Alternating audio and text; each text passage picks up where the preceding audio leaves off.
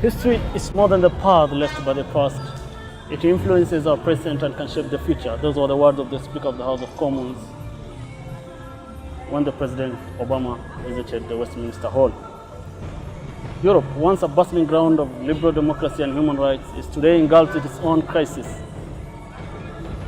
With Brexit, the election of Donald J. Trump, and French elections, the rise of far-right nationalist parties are today giving the liberal democracy and human rights activists a hard time to contain the vice of hatred among communities. We here today want to put a social experiment on whether those policies put forward by those nationalist parties have grave concern for our own foreign policy and our own domestic cohesion.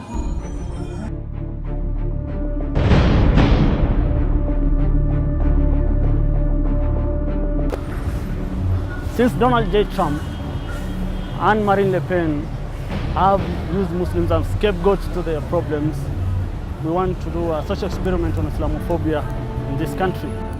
And with this experiment, I'm going to do with somebody named as Meshack. We are going to do it within our own boundaries, that is our own territory as Kenya government. Hello, Meshack.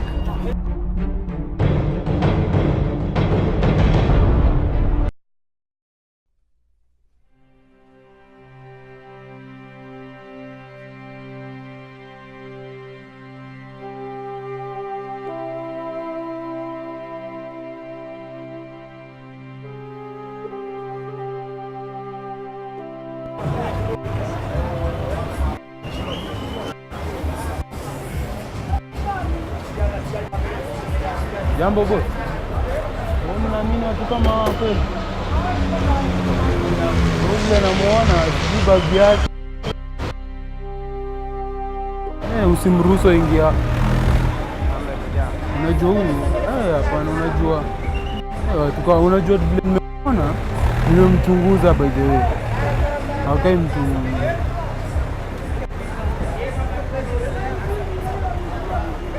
Bonga leo baga nikana communicate, unaona, najaribu kumwangalia alafu anajifanya muda wake ni kumwangalia kijana na chukua hiki na muangalia na hizi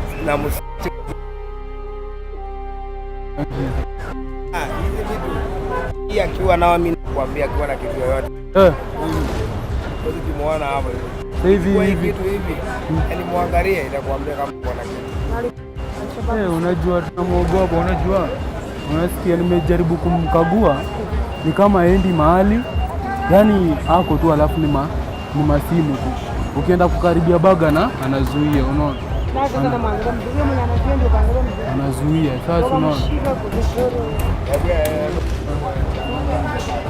So, na nikana nataka kutumia one of the, unajua ni Friday.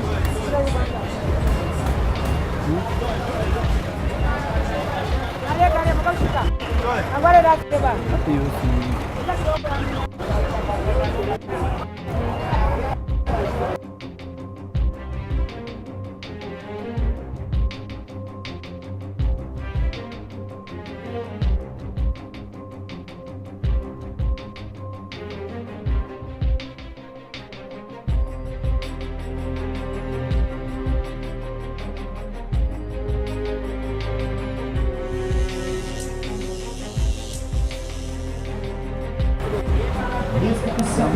Halo, sasa au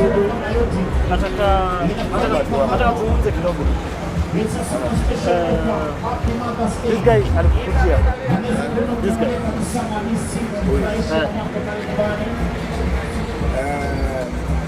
Niliongea naye jana. Okay. Sasa nilikuwa nataka nizungumze na nyinyi na huyu. Wewe na msichana. Wewe na msichana. Wewe na msichana. Nilikuwa nataka tunazungumzia hiyo. Yeah. This guy, okay. Njoo tu kidogo tu. It's not a good thing. This guy alikuja aliwaambia like mnisearch me differently from the other guys. Exactly. Ndio hata nimeona ni kama hamjamsikiza. Not present to him. So ni kama yani your reaction was perfect. Lazima tuangalie kila kitu mwenye anakuwa. So regardless of you, sio? Yani regardless of what you look like, that's perfect. Kila mtu anamaanisha yani fananaje mtamsachi. Exactly. That's what it means. So your reaction was perfect. So ndio tulikuwa tunauliza, nilikuja nikawaambia huyu tunamshuku vibaya sana. Lakini What somebody anaweza kuambia Hii kazi hiyo kwa experience ya dakika ngapi? 5. Ukikuja tu hivi. Kuja kwa ule. Hapo kwenye kitabu sana. so kila mtu anaangalia level moja. Everybody anaangalia level moja. Wajua watu wengine wanaweza fanya nini? Wanaona mtu ni Muislamu, wanaona mtu anaweza kuwa terrorist. So wanamweka kando hivyo usipende sana. So wewe Hiyo wala lakini lazima ni kuangalia. Hata kama uko na mbaya hapo umebeba. Hata kama unafatiwa. thank you very much. Tunashukuru sana. Thank you. Asante. Sawa.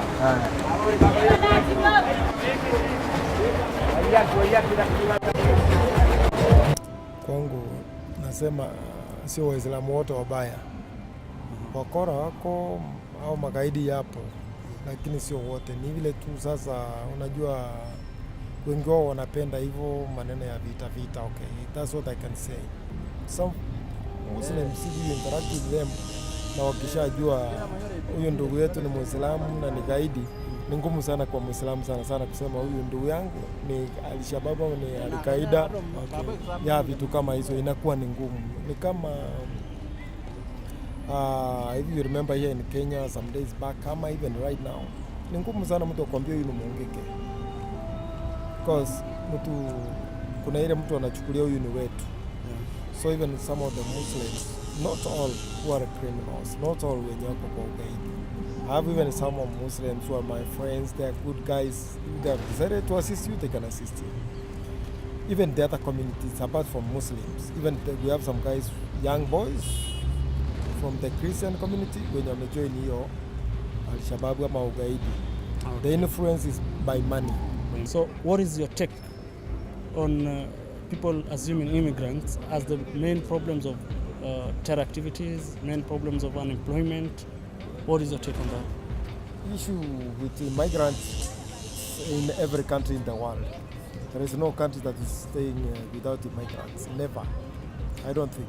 Donald Trump is just trying to betray people because all of us are human beings and we are created by God. So there's no way that you can decide that some people cannot stay in their country and they have their rights. Thank you. There's one thing people have forgotten. We have in a lot of armed conflicts, specifically in Africa, whether it's from clan conflicts, religious conflicts, and all these conflicts. And most of African countries do not allow the people to carry weapons, ordinary citizens to carry weapons. But you can see there's a lot of arms proliferation within the citizens themselves. So what do you think brings these things into the cities and villages, and who benefits from this kind of crisis? What I know, there's a seller and a buyer. Willing seller, willing buyer. That thing it is there. Number two, the guys who usually manufactures these weapons or weapons, especially they are the ones who are selling to Africa. They want to know which gun is the most powerful. So they have to make sure they look for a country where they make sure the guys are not in good terms. They take their weapons for experiment. So Africa is being used as a test ground. Yeah, for those weapons. These are test ground, and our leaders, they are aware, they know. Like especially when you look about the issue of Southern Sudan. Southern Sudan, most of the guys, prominent guys, they are staying here in Kenya. Their family members, they are staying here in Kenya. So our leaders, they are aware. Our leaders also, they might be partners. So it is just the ordinary citizens who gets hurt at the end. Yeah. At the end of the road, grass is affected. So that's why now the terrorists get armed. Yeah. Okay. Terrorists, so long as they are being funded, they are earning, they have to come in. Guys are idle. And you tell them, come, you are being paid something. They can go there. And most of the guys who are joining Al-Shabaab, just know us from today, they are not married. These are single guys. That's whenever they are fighting, they don't care. They don't care. Yeah. The famous German Lutheran pastor Martin Niemöller once said in his famous quote, "First they came for the socialists, and I did not speak out because I was not a socialist. Then they came for the trade unionists, and I did not speak out because I was not a trade unionist. Then they came for the Jews. I did not speak out because I was not a Jew. Then they came for me, and no one was there for me." These ideas, let's reaffirm today the spirit of brotherhood, responsible governance, and these ideas are as important today as they have ever been.